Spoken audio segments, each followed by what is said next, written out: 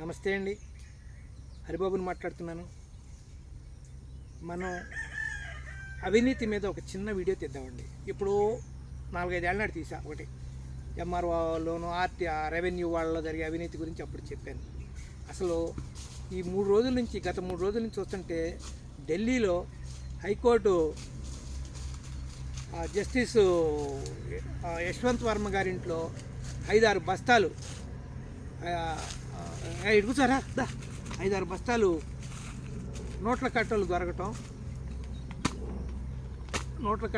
ఇవన్నీ చూస్తే ఎంత దారుణమైన అవినీతి ఉందో బాధేస్తుందండి. యశ్వంత్ వర్మ గారింటో జస్టిస్ ఇంటో 5-6 బస్తాలు అంటే దరిదాపు కొంతమంది 50 అంటారు, కొంతమంది 75 కోట్లు అంటారు, కొంతమంది ఇంకా ఎక్కువ చెబుతున్నారు. రకరకాల మీడియాలో ఎవరెవరు రకరకాలుగా చెప్తున్నారు.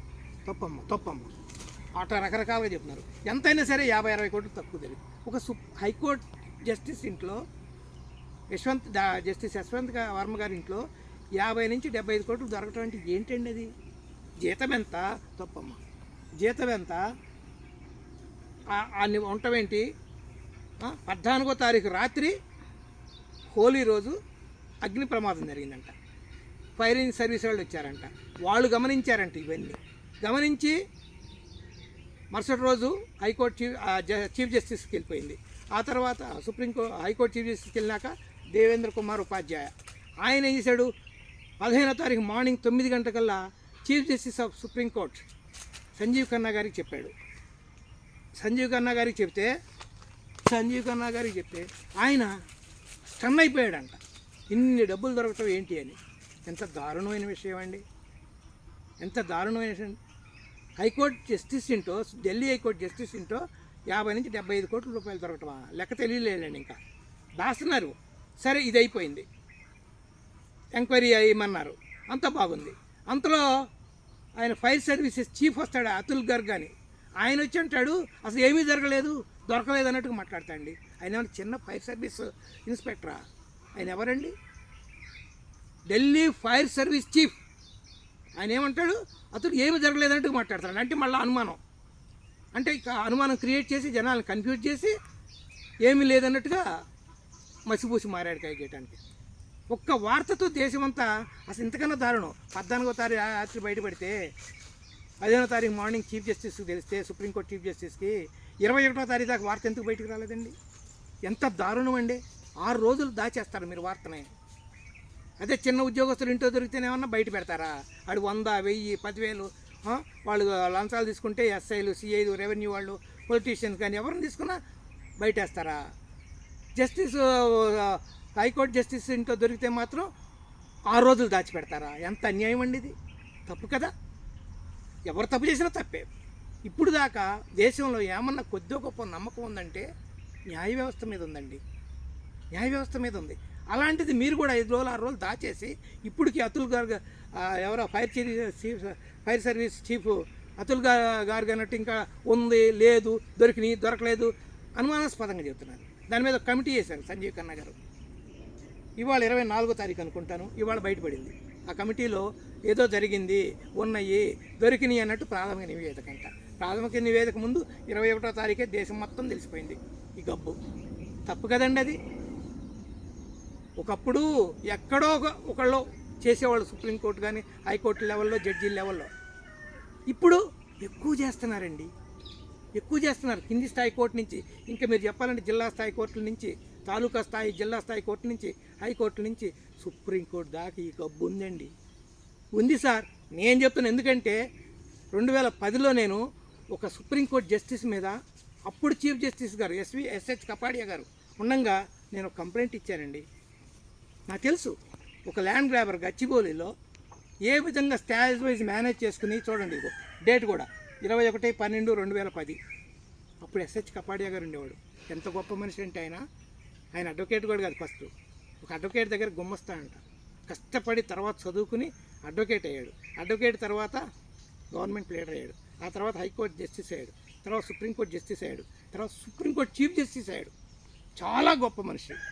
అలాంటి ఆయన టైంలో ఆయన టీంలో ఒక జస్టిసు, ఆయన అసిస్టెంట్ ఒక ఆమె టోకెన్లు తీసుకుని డబ్బులు తీసుకుంటే జడ్జిమెంట్ ఇది చేస్తుంటే నా కేసే ఆయన బెంచ్ మీదకి వచ్చింది సుప్రీంకోర్టులో. అదే కేసు ఇదే ల్యాండ్ గ్రాబరు కింది స్థాయి నుంచి ల్యాండ్ గ్రాబింగ్ కోర్టు నుంచి మేనేజ్ చేసుకుంటూ వచ్చాడండి. ల్యాండ్ గ్రాబింగ్ కోర్టు, హైకోర్టు అన్నీ మేనేజ్ చేసుకుని సుప్రీంకోర్టులో కూడా అక్కడ కూడా మేనేజ్ చేస్తే నేను ఇక లాభం లేదని చెప్పి ఈ విధంగా మోసపోయాను. నేను 30 ఏళ్ళు వ్యవసాయం చేసిన భూమిని నేను గచ్చిబౌలిలో నన్ను ల్యాండ్ గ్రాబర్ని చేసి నా భూమి కాజేయడానికి ఎకరం భూమే ట్రై చేస్తున్నాడని నేను చెబితే ఎస్హెచ్ కపాడియా గారికి ఆయన ఇమ్మీడియట్గా ఆ బెంచ్ మార్చేశాడు. కానీ నాకు ఒక లెటర్ రాశారు, ఇలాంటిది నువ్వు డైరెక్ట్గా ఇట్లా రాకూడదు, త్రూ ప్రాపర్ ఛానల్ రావని చెప్పారు. ప్రజలు కూడా నేను చెప్తున్నాను, అందరూ ఇదే విధంగా నేను రాసినట్టుగా ఈ విధంగా మీరు రాయకూడదు, తప్పు. సుప్రీంకోర్టు అంటే మనకి న్యాయ వ్యవస్థ అంటే ఒక నమ్మకం ఉంది మనకి. అందరూ ఎవరు పడితే అట్లా లెటర్లు రాయటం, అన్యాయం జరగంగా రాయటం కాదు. నేను భరించలేకపోయా అప్పుడున్న అవినీతిని, మొత్తం ఎక్కడ చూసిన అవినీతి. రంగారెడ్డి జిల్లా కింద నుంచి ఒక విలేజ్ ఎంఆర్ఓ ఆఫీసులో అసిస్టెంట్ దగ్గర నుంచి, విలేజ్ అసిస్టెంట్ దగ్గర నుంచి, రెవెన్యూ సెక్రటరీ దగ్గర నుంచి, రెవెన్యూ డిపార్ట్మెంట్ దగ్గర నుంచి, ఆర్ఐ దగ్గర నుంచి, సర్వేయర్ దగ్గర నుంచి, deputy MRO, RDO, joint collector దాకా ఇది 2005 నుంచి 2009 మధ్య ఒక స్టేజ్ వైజ్ మేనేజ్ చేసుకుంటూ వెళ్ళిపోయారు. ప్రజా corruption cash and carry system అయిపోయింది. నేను డీజీ విజిలెన్స్కి ఇచ్చా, మహంతి గారు ఉండేవాడు ఆ రోజులో డీజీ విజిలెన్స్, మదన్ మోహన్ గారిని డిప్యూటీ డైరెక్టర్ జనరల్ ఉండేవాడు, మా మామయ్య గారు క్లాస్మేట్. అయినా కలిసి చెప్పా ఇట్లా జరిగితే ఆయన ఒక విజిలెన్స్ ఎంక్వైరీ కమిటీ వేశాడు. వేస్తే ప్రభాకర్ గారని, జొన్నలగడ్డ ప్రభాకర్ గారు, ఆయన ఎస్పీ అప్పుడు, ఆయన మొత్తం థరో చేసి మొత్తం రిపోర్ట్ ఇచ్చేసాయండి. హరిబాబు జెన్యూన్ రైతు, అతను దొంగ డీటెయిల్స్కి వచ్చేది ఇచ్చాడన్నాడు. అదే రిపోర్ట్ నేను సుప్రీంకోర్టు దాకా ఇచ్చి కపాడియా గారికి కంప్లైంట్ ఇచ్చానండి. నేను ఇస్తే బెంచ్ మార్చారు. నన్ను 30 ఏళ్ళు వ్యవసాయం చేసుకున్న నిజమైన వర్తున్న మనిషిని, టైటిల్ ఉన్న మనిషిని నన్ను దొంగని చేశారండి. కోర్టు అనుకుంటే ఏదైనా చేయగలుగుతుంది అంటే ఇంకా నమ్మకం ఏముంటుందండి. నేను ఎందుకు రావాలి సుప్రీంకోర్టు దాకా? ఇదే మాట కపాడియా గారిని అడిగా, సార్ నాకు స్టేజ్ వైజ్ నాకు నెల రోజుల ముందే ఛాలెంజ్ చేసి చెప్తున్నాడు నా అపోనెంట్ ల్యాండ్ గ్రాబరు, నాదే జడ్జిమెంట్ అని చిటికలేసి చెప్తున్నాడు, ఛాలెంజ్ చేస్తున్నాడు అని నాకు ముందే తెలుస్తుంటే నేను ఎందుకు రావాలి కోర్టుకి? ఇంకా అతను స్టేజ్ వైజ్ మేనేజ్ చేసుకున్నాడు డబ్బులు ఇచ్చి. ఇదే మాట నేను అడిగా. అప్పుడు ఆయన బెంచ్ మార్చాడు. బెంచ్ మార్చినా కూడా తర్వాత మళ్ళీ ఇంకో రకంగా మేనేజ్ చేయడానికి ట్రై చేశారు. ఇంత అవినీతి కూలిపోయిందండి. ఎక్కడ జరగలేదు చెప్పండి. రెవెన్యూ కానీ, పోలీస్ కానీ, అబ్కారీ కానీ, ఏ డిపార్ట్మెంట్కి వెళ్ళండి అవినీతి లేదా? అన్ని చోట్ల ఉందండి స్టేజ్ వైజ్. నాకు 16 ఎకరాలు, 20 ఎకరాలు అక్కడ వెల్దండలో పొలం ఉంటే 10 ఎకరాలు పాస్బుక్ ఇచ్చారు, 10 ఎకరాలు ఎవరు, 8 ఎకరాలకు ఎవరు తిప్పుతూ ఉంటారు. 8 ఏళ్ళ నుంచి 9 ఏళ్ళ నుంచి 6-7 ఎంఆర్ఓలు మారారు. ఎవరు తిప్పుతారు, తిప్పి తిప్పి తిప్పి తిప్పి చివరిగా రేవంత్ రెడ్డి గారి బెంచ్కి ఇచ్చాం. మనం రేవంత్ రెడ్డి గారి ముఖ్యమంత్రి గారికి ఇచ్చా, వాళ్ళ తమ్ముడికి కృష్ణారెడ్డికి ఫైల్ ఇచ్చా. 10 ఏళ్ళ నుంచి కాలేదు, 12 ఏళ్ళ నుంచి కాలేదండి, నాకు పాస్బుక్ రాలేదు. ఎన్నిసార్లు జరగాలండి? వెళ్దండి దగ్గర దాప తిరిగి తిరిగి తిరిగి తిరిగి యాస్ట్ వచ్చింది. పాస్బుక్ కోసం తిరుగుతారా? నేను ఇంత తిరిగి వచ్చిన మనిషి. నేను ఎవరు సీఎం గారు రేవంత్ రెడ్డి గారు ఉంటే ముఖ్యమంత్రి గారు వారికి పంపించే ఫైలు. మరి అది ఏమైందో ఏమో, ఎప్పుడు వచ్చిందో తెలియదు. అలా ఉందన్నమాట. స్టేజ్ వైజ్ మేనేజ్ చేసుకున్నారు రెవెన్యూ డిపార్ట్మెంట్లో, పోలీసులో కూడా అంతే, అబ్కారీ అంతే, ఏ డిపార్ట్మెంట్ అనాలండి క్యాష్ అండ్ క్యారీ. అట్లాంటిది జ్యుడిషియరీలో కూడా వచ్చిందండి. జ్యుడిషియరీలో కూడా కరప్షన్ అయితే మేము ఎవరికి చెప్పుకోవాలండి? దేశ ప్రజలు 140 కోట్ల మంది ప్రజలు ఒక న్యాయ వ్యవస్థను నమ్ముకుంటుంది. 4 మూల స్తంభాలు అంటారు, బ్యూరోక్రసీ, మీడియా, ఇది న్యాయ వ్యవస్థ, ఇట్లా రాజకీయం, 4 వ్యవస్థలు ఉంటే, 4 స్తంభాలు ఉంటే ఈ 3 మలినమైపోయింది. ఒక న్యాయ వ్యవస్థ పద్ధతిగా ఉందనుకున్నాం. న్యాయ వ్యవస్థలో కూడా హైకోర్టు జస్టిస్ ఇంట్లో డబ్బులు కోట్ల రూపాయల డబ్బులు దొరికితే ఎక్కడ తెస్తాడండి? జీతం ఎక్కడండి? ఎంత ఉంటుందండి? ఆయన ఇంట్లో బస్తాల కొద్దీ 500 రూపాయల నోట్లు కట్టలు ఉంటాయా? ఎంత అన్యాయం అండి. మళ్ళీ దానికి ఒక కమిటీలు వేయటం, అది ఉందని అంటాడు, లేనంటారు, అతుల్ గార్గులు అంటాడు, ఫైర్ చీఫ్లు అంటాడు, లేదని చెప్తారు. ఇట్లా చేస్తే సామాన్య ప్రజలకు ఇంకా న్యాయ వ్యవస్థ మీద నమ్మకం ఎందుకు ఉంటుందండి? నాలాంటికి ఈ గబ్బు నాకు 2010కే తెలుసు. కానీ ఇప్పుడు సంజీవ్ ఖన్నా గారు ఊరుకోరనే నేను అనుకుంటున్నా. కానీ గత 3 రోజుల నుంచి మాత్రం భారతదేశంలో ఉన్న ఏ మీడియా అయినా సరే సీరియస్గా డిస్కస్ చేస్తుంది. ఎందుకు తెచ్చుకుంది ఆ పరిస్థితి న్యాయ వ్యవస్థ? మీరు ఇచ్చిన అవకాశం. ఇదివరకు న్యాయ వ్యవస్థ గురించి మాట్లాడాలన్నా, దాని వైపు చూడాలన్నా భయం కలిగేదండి.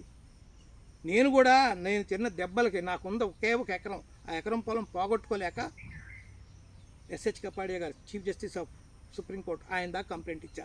అది పోతే నా జీవితమే పోద్ది. అందుకని అక్కడ దాకా వెళ్ళాను. ఏం చేస్తాను చెప్పండి? అప్పుడు నా అడ్వకేటు హరీష్ సాల్వే గారు ఫీజు కూడా ఎంత తీసుకోవాలా.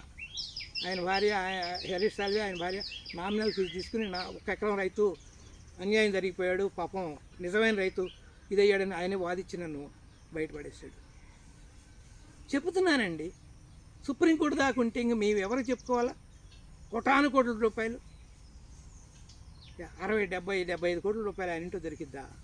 ఆయన కూడా నేను తీసుకున్నానని చెప్పడం, తీసుకోలేదని చెప్పడం. ఆయనకు ఒక ట్రాన్స్ఫర్ ఇచ్చారండి అలహాబాద్ హైకోర్టుకి. ఇంకా విచిత్రం చెప్తున్నా, ఈయన అలహాబాద్ హైకోర్టుకి వేస్తే అక్కడ బార్ అసోసియేషన్ వాళ్ళు ఈ చెత్త అంటే మాదేమైనా చెత్త కుప్ప మరి తీసుకొచ్చి ఇక్కడ పడేయడానికి అని వాళ్ళు ఎదురు తిరిగారంట బార్ అసోసియేషన్. అంటే వాళ్ళు భరించాలి కదా బార్ అసోసియేషన్ కూడా, అలహాబాద్ బార్ అసోసియేషన్ కూడా. అంటే అంత వ్యతిరేకత వచ్చింది. 3 రోజుల నుంచి దేశం మొత్తం న్యాయ వ్యవస్థ గురించి నానా రకాలుగా ఉందని లేదని ఇంకా తేల్చి చెప్పరు. ఇంకా కమిటీలు అంటున్నారు 100% తీసుకున్నాడు, ఆయన పాత్ర ఉంది, ప్రమేయం ఉందని చెప్పరు. దాని మీద మళ్ళీ ఒకసారి హైకోర్టు జడ్జి అవ్వగానే ఇక ఇంపీచ్మెంట్ తప్పించి ఎవరు తీయలేరు అనే ఒక నమ్మకమే కదా. 2011లో నేను ఇది జరిగిన తర్వాత 2010లో నేను కపాడియాకి ఇచ్చా కదా, కపాడియా గారికి. ఆ తర్వాత నేను అన్నాహజారీ మూమెంట్లో 16 రోజులు 17 రోజులు ఢిల్లీలో నేను ఆమరణ నిరాదీక్ష చేశాను. ఎందుకు తెలుసా? న్యాయ వ్యవస్థలో కూడా జవాబుదారీతనం ఉండాలి అని. ఇప్పుడు ఎస్ఐ ఒక ఇది ఇచ్చాడంటే ఆయనకు జవాబుదారీతనం ఉండాలి, ఎంఆర్ఓ ఇచ్చాడంటే జవాబుదారీతనం, ఆర్డీఓ, కలెక్టర్, ఐఏఎస్ అందరికీ జవాబుదారీతనం అడుగుతారు. నువ్వు ఎందుకు ఇచ్చావనంటే అడగొచ్చాలని. కానీ సుప్రీంకోర్టు హైకోర్టులో లేదు, అది జవాబుదారీతనం వాళ్ళకేం లేదు. జ్యుడిషియల్గా లేదా ఆయన జడ్జిమెంట్ ఇచ్చాడంటే అది ఫైనల్ అంతే. జవాబుదారీతనం కోసం నేను అడిగింది. 16 రోజులు నిరాదీక్ష చేశాను ఢిల్లీలో. తప్పు కదా, జవాబుదారీతనం లేకుండా ఉంటే ఇదే కథ అవుతుంది. యశ్వంత్ వర్మ లాంటి వాళ్ళే తయారవుతారు. ఒకప్పుడు ఇదివరకు ఇప్పుడు ఎక్కడో ఒకళ్ళండి యశ్వంత్ వర్మ గారు లాంటి వాళ్ళు, ఇప్పుడు కొద్దిగా ఎక్కువయ్యారు. మొత్తం ఉండారని నేను చెప్పనండి, మొత్తం ఉండారని నేను అన్నం. కొద్దిగా ఉన్నారు, కొంతున్నా కూడా నాలాంటి వాడు నలిగిపోతాడు కదండి. వాడు జీవితాంతం కష్టపడి సంపాదించుకున్న భూమిని దోబీగా జమీన్ అని ఒక సినిమా వచ్చింది బిమ్మలరాయ్ గారిది. అట్లా చివరిదాకా కష్టపడి సంపాదించి ఆ 1 ఎకరాన్ని పోగొట్టుకుంటే హైదరాబాద్ సిటీలో 35 ఏళ్ళు వ్యవసాయం చేసిన ఏమిటి నా పరిస్థితి ఏంటి చెప్పండి. ఇక నాలాంటి రైతు సుప్రీంకోర్టు నమ్మి వస్తామండి. ఎందుకు వస్తాం? న్యాయం జరిగిద్దని వస్తాం. ఇది క్యాష్ అండ్ క్యారీగా 6 బస్తాలు 7 బస్తాలు కోటాను కోట్లు డబ్బులు వేసుకుంటే మేము ఎవరో చెప్పుకోవాలా? సో మీరు ఇక న్యాయ వ్యవస్థ కూడా ఈ విధంగా తయారైతే మాత్రం దానికి సమాధానమే ఉండదు. ఇంకా నమ్మకం పోయిందనుకోండి ప్రజల్లో, దాంట్లో కూడా నమ్మకం పోతే ఇంకా అసలు ఎక్కడి నుంచి ఎక్కడికి పోద్దో కూడా చెప్పడానికి లేదు. ప్రజల్లో అలజడి వచ్చింది, అశాంతి వచ్చింది. అది తప్పండి, తప్పు. నేను చెప్తున్నాను, ల్యాండ్ గ్రాబర్ కూడా చెప్తున్నానండి. చూడండి, గచ్చిబౌలిలో ఆయనకి చూడండి ఎన్ని డీడ్లు ఉన్నాయో, ఎన్ని డీడ్లు. ఈ ఇన్ఫర్మేషన్ అంతా సుప్రీంకోర్టుకి ఇచ్చా. కింద ల్యాండ్ గ్రాబింగ్ కొట్టించి మొత్తం అతనికి ఎన్ని డీడ్లు 60-70 డీడ్ల ద్వారా అతనికి కబ్జాలు పెట్టాడు ఆయన. ఈ 60 డీడ్లు చేసి సుప్రీంకోర్టుకి ఇచ్చా మొత్తం సేల్ డీల్తో సహా. మళ్ళా అతను హైకోర్టులో 3 ఏళ్లలోనే 25-30 కేసులు 40 కేసులు దాకా వేసాడు. ఆ కేసులు రిట్ పిటిషన్లు అన్నీ నా పట్టాడు మీద. ఒక్క మనిషి 3 ఏళ్లలో 30-40 కేసులు వేయచ్చా? ఎట్టేస్తారండి? ఏమన్నా కోర్టు కేసు ఉంటే ఒకటో 2 ఉండదు. ఇక ఆయనకి అంతగా అదే పని, కోర్టులోనే ఆఫీసు మా ల్యాండ్ గ్రాబర్ గారికి. ఇదండి ఎన్ని రిట్ పిటిషన్లే, దీంట్లో ఎక్కువ ఉన్నాయండి. ఇవన్నీ రిట్ పిటిషన్లు చూడండి, ఎన్ని రిట్ పిటిషన్లే నంబర్లతో సహా ఉన్నాయి. హైకోర్టులో ఎప్పుడెప్పుడు ఏ కేసు వేసింది ఇదనమాట. ఇవన్నీ రిట్ పిటిషన్లు చూడండి. ఇదంతా అది హైకోర్టులో ఆయన వేసిన కేసుల వివరాలు, డీటెయిల్స్ 30-40 కేసులు ఉన్నాయండి. ఇవన్నీ తప్పు కదా. ఒక మనిషి హైకోర్టుని అడ్డాగా పెట్టుకుని అక్కడే ఆఫీస్ పెట్టి చేస్తున్నాడు అంటే ఎంత బేయిజ్జత్ అండి, ఎంత పరువు తక్కువ ఉండే న్యాయ వ్యవస్థకి. గమనించొద్దా? ఏంటి బార్ వస్తున్నాడు ఇతను హైకోర్టుకి, ఇదే అడ్డాగా పెట్టుకుని చేస్తున్నాడా అని అతను ఆలోచించాలిగా. ఎంతమంది జడ్జీలు పేర్లు కూడా చెప్పా నేను కపాడియా గారికి ఇచ్చిన దీంట్లో ఎవరెవరు ఎక్కడెక్కడ ల్యాండ్ గ్రాబింగ్ కోర్టు నుంచి హైకోర్టు దాకా ఎవరెవరు పేర్లతో సహా ఎట్లా ఏ విధంగా చేస్తున్నారో కూడా మొత్తం డీటెయిల్స్ ఇచ్చారండి. ఎన్ని పేజీలు అంటే ఇదిగో 13 పేజీలు, 10 పేజీలు మొత్తం రాశాను. 10 పేజీలు. ఇదంతా నేను ఇచ్చిన కంప్లైంటే. మొత్తం ఎవరెవరు స్టేజ్ వైజ్ ఎట్ట మేనేజ్ అవుతుంది మొత్తం రాసుకొచ్చా. అసలు ఇంకో బుక్ ఇచ్చా, జస్టిస్ బిఎస్ఎస్ స్వామి అని ఒక ఆయన, బీసీ అనుకుంటాను ఆయన బుక్ రాశాడు, ఏ క్యాస్ట్ క్యాప్చర్స్ ఏపీ జ్యుడిషియరీ అని. అప్పుడు ఉమ్మడి ఆంధ్రప్రదేశ్ హైకోర్టు ఏ క్యాస్ట్ క్యాప్చర్స్ ఏపీ జ్యుడిషియరీ అని ఒక బుక్ రాశాడు. ఆ బుక్ కూడా నేను ఢిల్లీకి పంపించానండి. దాంట్లో జడ్జీలు ప్రిడిగ్రీడీలు రాశాడు ఆయన జస్టిస్ అయ్యుండి ఈ జస్టిస్ ఇది ఈ జడ్జిమెంట్లు ఇన్ఫ్లుయెన్స్ చేశాడని బుక్కే వేసాడు ఆయన. హైకోర్టు జస్టిస్ మేము కాదు, సామాన్యులం కాదు. అది కూడా పంపించాను నేను ఢిల్లీ. సో ఇంత ఉందండి. చివరికి నేను I only played immortals should not effect the immortals morals అని ఒక కామెంట్ పెట్టి క్లోజ్ చేసేసాను. ఇది నా అడ్వకేట్, ఒక చిన్న అడ్వకేట్, ఆయన రాసిచ్చాడు. ఇది ఆయన పెట్టింది, ఆయనే ఈ కంప్లైంట్ రాసిచ్చింది నాకు. ఏం చేస్తాను, నీకు ఆయన కూడా తెలిసిపోయింది జడ్జిమెంట్ రాదని, వెళ్ళిపోయిన సుప్రీంకోర్టులో కపాడియా గారి దగ్గర స్టాండ్ అయిపోయాయి. సో యశ్వంత్ వర్మ గారి విషయంలో మాత్రం సంజీవ్ ఖన్నా గారు కాంప్రమైజ్ కాకూడదు. ఆయన ఇంపీచో డిస్మిసో ఏదో చేయాలండి. యాక్షన్ తీసుకోకపోతే 140 కోట్ల మంది ప్రజల్లో న్యాయ వ్యవస్థ మీద, జ్యుడిషియరీ మీద నమ్మకం సన్నగిల్లిందంటే ఇంకా అసలు వ్యవస్థలన్నీ కూలిపోతాయండి. అది బాధపడేస్తే నిజమండి, దారుణం. మోడీ గారు వచ్చిన తర్వాత 10 ఏళ్ళలో కొంత కరప్షన్ తగ్గింది అనుకున్నా, రాజకీయంగా తగ్గింది. కానీ ఇదేంటండి, ఇది జ్యుడిషియరీ బ్యూరోక్రాట్స్లో కానీ ఐఏఎస్లో కరప్షన్ లేదా? ఎంత దారుణమైన కరప్షన్ అండి. కొంతమంది అందరినన్ను 10% చేశారనన్ను, కొంతమంది క్యాష్ అండ్ క్యారీ సిస్టమ్ అనుకున్నారు. ఆర్డీఓలు, ఎంఆర్ఓలు, పోలీసులు, డిపార్ట్మెంట్ అంతా క్యాష్ అండ్ క్యారీయే. ఎక్కడ అవకాశం దొరికితే విచిత్రం అండి. పోలీస్ ఆయన రెవెన్యూకి వెళ్తే వాళ్ళు లంచం అడుగుతారు. పోలీస్ ఆయన్ని రెవెన్యూకి వెళ్తే రెవెన్యూ ఆయన ఒక ఎంఆర్ఓ పోలీస్ స్టేషన్కి వస్తే వీళ్ళు తీసుకుంటారు ఆయన దగ్గర లంచం. ఎంత దారుణం అండి ఇది. వీళ్ళంతా మళ్ళీ హైకోర్టుకి వెళ్తే కోర్టులో లంచాలు తీసుకుంటారు వీళ్ళ దగ్గర. ఇదంతా దారుణం కదా, తప్పు కదా. సో వ్యవస్థ మారాలండి, మారాలా. ప్రజల్లో అశాంతి రాకూడదు. ముఖ్యమైన పిఎం గారు కూడా దీని మీద చాలా సీరియస్గా ఆలోచన చేయాలండి. చీఫ్ జస్టిస్ని, హైకోర్టు జస్టిస్ని అందరిని కూర్చోబెట్టి కమిటీ చేసి సీరియస్గా ఆలోచించి అతని మీద, యశ్వంత్ వర్మ గారి మీద మంచి యాక్షన్ తీసుకుని చేయకపోతే మాత్రం న్యాయ వ్యవస్థలో నమ్మకం కుదరదండి. ఇది నా బాధతో చెప్తాను. ఎందుకంటే నేను 2010లోనే అనుభవించి నేను సుప్రీంకోర్టుకి ఇచ్చిన కంప్లైంట్ నాది. ఇది ప్రూఫ్స్తో సహా యుద్ధం చేయలేక, ఆ ల్యాండ్ గ్రాబర్తో యుద్ధం చేయలేక ప్రూఫ్తో సహా ఇచ్చా. పేర్లు చెప్పట్లేదు ఎందుకంటే బాగుండదు. జస్టిస్ అప్పుడు పేరు కూడా నేను చెప్పట్లేదు, బాగుండదు. Okay, thank you. Haribabu natural farming YouTube channel subscribe చేసుకోండి. కాకపోతే మీరు గమనించండి, సుప్రీంకోర్టు కూడా సంజీవ్ ఖన్నా గారు కానీ, మీరంతా హైకోర్టు జస్టిసులు కానీ, చీఫ్ జస్టిసులు కానీ మళ్ళా మోడీ గారి నాయకత్వంలో మంచి ఏదైనా కమిటీలు అయ్యాలా, ఎట్లా ప్రక్షాళన చేయాలని ఆలోచించాలా. ప్రక్షాళన కావాల్సిందే.